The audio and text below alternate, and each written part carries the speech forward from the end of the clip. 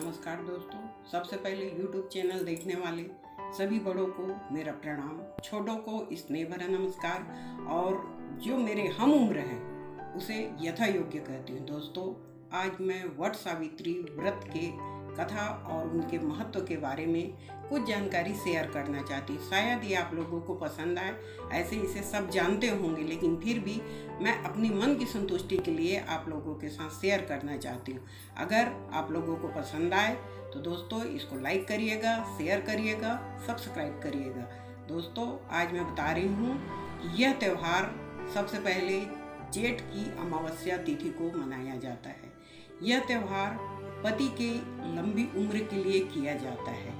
यह त्यौहार सुहागिन औरतें करती हैं और दोस्तों इसमें सबसे बड़ी बात यह है, बड़ की पेड़ की पूजा की जाती है। बड़ वह पूजा करने योग्य होता है जिसमें जटा निकला होता है, यानी कि बड़ के पेड़ में जो लंबी लंबी धारी निकले रहती, वो पेड़ का पूजा करना अधिक महत्व माना जाता है, क्योंकि छोटा पेड़ बच्चा कहलाता है, ज़्यादा बड़ा हो गया तो बूढ़ा कहलाता है। इसलिए हम उस पेड़ का उपयोग करते हैं जो बीच में रहे।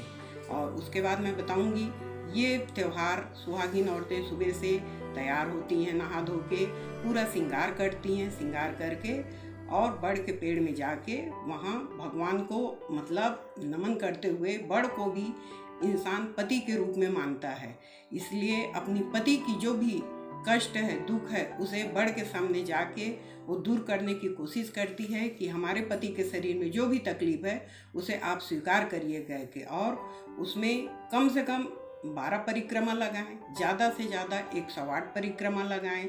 और परिक्रमा लगाने का आपको गिनती गिनना पड़ता है, उसके लिए सरल तरीका है, आप टाफी ले सकते हैं, फल्ली के दाने ले सकते हैं, इलायची के दाने, भीगे हुए चने, कोई भी चीज़ का आप उपयोग कर सकते हैं। इससे आपकी गिनती में गड़बड़ी नहीं आएगी। और साथ ही मैं आपको बताना चाहूँगी, उस दिन दान का भी बहुत महत्व है। अगर आप परिक्रमा करने गए हैं, तुरंत वहाँ कोई मिल जाए, चाहे छोटी कन्या हो, चाहे सुहागिन औरतें हों, तो आप वहाँ चढ़ा हुआ सामान तुरंत उसे दान कर दीजिएगा। अगर नहीं मिले तो आप अपने घर परिवार में सबसे पहले प्राथमिकता ननद को दी जाती है कि उसे दान किया जाए, दूसरी प्राथमिकता भांजी को दी जाती है, तीसरी प्राथमिकता न मिले कोई तो पंडित की बीबी होती है, पंडिताइन, उसे देने चाहिए। और भी कोई ना मिले तो घर में अपने से बड़े, यानी कि आपके घर में आपकी सास है, उसका पैर छुए, उसे दान करें। दोस्तों, उस दिन पंखा, शरबत, मतलब जो भी हो सके ठंडा चीज़, आप नींबू डाल के शरबत घर में बनाइए, रसना वगैरह नहीं, आप नींबू निचोड़िए, शक्कर मिलाइए और पानी मिला के आप वहीं पे पिला दें तो ज़्यादा अच्छा है। और वहाँ कोई ना मिले तो आप रास्ते में भी आ रहे हैं, मिले तो आप उसको शरबत जरूर पिलाइएगा।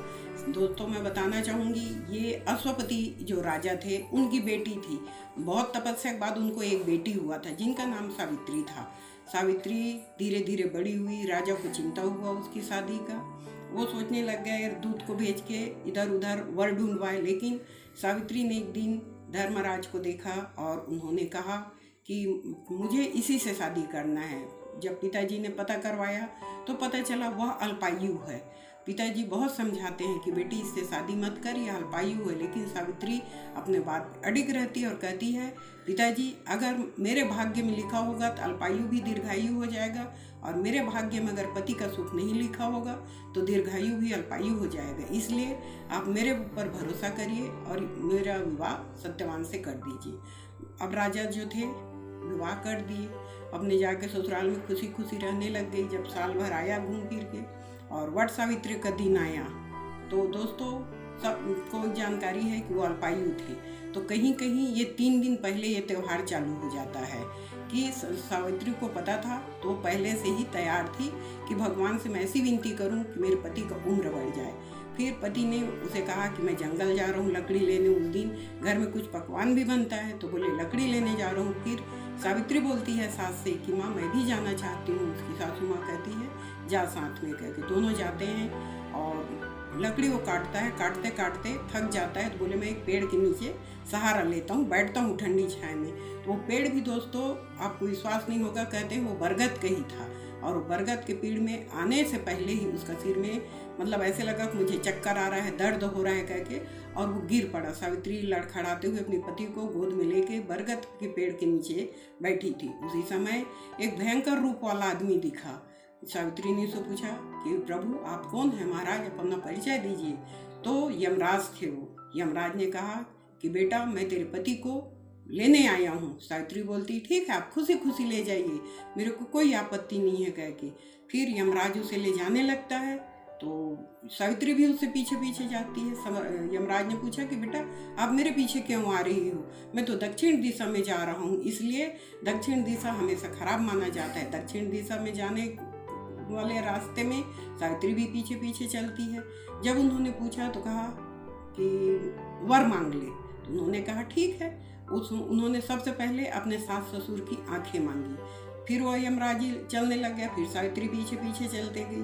फिर उन्होंने कहा बेटा अब क्यों आ रही है? तो बोले आप मेरे पति को ले जा रहे हो। बोले अच्छा चल दूसरा वर भी मांग ले। वो दूसरा वर भी मांग लेती, सास ससुर का खोया हुआ राज्य को मांग ले। राज्य भी उसको यमराज ने कहा तथास्तु कह के फिर आगे बढ़ता है। फिर सावित्री पीछे जाती है। बोले अब क्यों? तो बोले महाराज मेरे पिताजी जो हैं अश्वपति, वो बहुत दुखी हैं, उनके एक भी पुत्र नहीं है, मैं अकेली पुत्री हूँ, तो आप ऐसा करिए उनको 100 पुत्र दे दीजिए कह के। तो बोले कि ठीक है कोई बात नहीं। उसको भी कहते हैं कि जाओ तथास्तु कह के। फिर वो यमराज लेके चलता है, तो फिर वो पीछे पीछे जाती है। बोले अब क्यों आ रहे हो बेटा? तो बोले एक तो पहले आपने मुझे बेटा कहा है, दूसरा आपने मेरे पति को ले जा रहे हैं, तो भाई मैं भी अपने पति के साथ जाना चाह रही हूँ, मैं पति छोड़ के कहाँ रहूँगी कह के। तो बोले ठीक है कह के, कोई तीसरा वर मांग लो, चौथा वर जो मांगना है मांगो कह के। तो बोलती मुझे आप ऐसा करिए धर्मराज से मेरे को 100 पुत्र मिल जाए। बोले ठीक है तथास्तु कहे। अब फिर उनके पति को लेके चलने लग गए। जब चलते चलते फिर पलट के देखा उन्होंने, तो फिर सावित्री पीछे पीछे। बोले बेटा अब क्यों आ रही? मैंने तो तेरा सभी वरदान पूरा कर दिया। तो बोले महाराज आप मेरा वरदान कहाँ पूरा किए हैं? आप तो मुझे दीर्घायु कह दिए, तथास्तु कह दिए, लेकिन अगर मेरे पति को आप ले जा रहे हो, मैं धर्मराज से ही अपना 100 पुत्र मांगी हूँ, तो ये कैसे संभव है कह के। यमराज ने जब देखा कि सावित्री इतनी पतिव्रता है, तो उन्होंने उसे वापस किया और बोले सावित्री आज से ये जो त्योहार है, वट के पेड़ के नीचे तुम बैठी हो और तुम्हारा नाम सावित्री है, इसलिए आज से यह त्योहार वट सावित्री के नाम से प्रख्यात होगा, और जो भी महिलाएं इसे श्रद्धा भक्ति के साथ करेगी वो तुम्हारी समान ही सौभाग्यशाली होंगी। ये कथा वट सावित्री की मेरे जानकारी के अनुसार में जो था दोस्तों, मैं आप लोग के साथ शेयर की। शायद ये पसंद आए, यही मैं अपने वाणी को विराम देती हूँ दोस्तों। नमस्ते।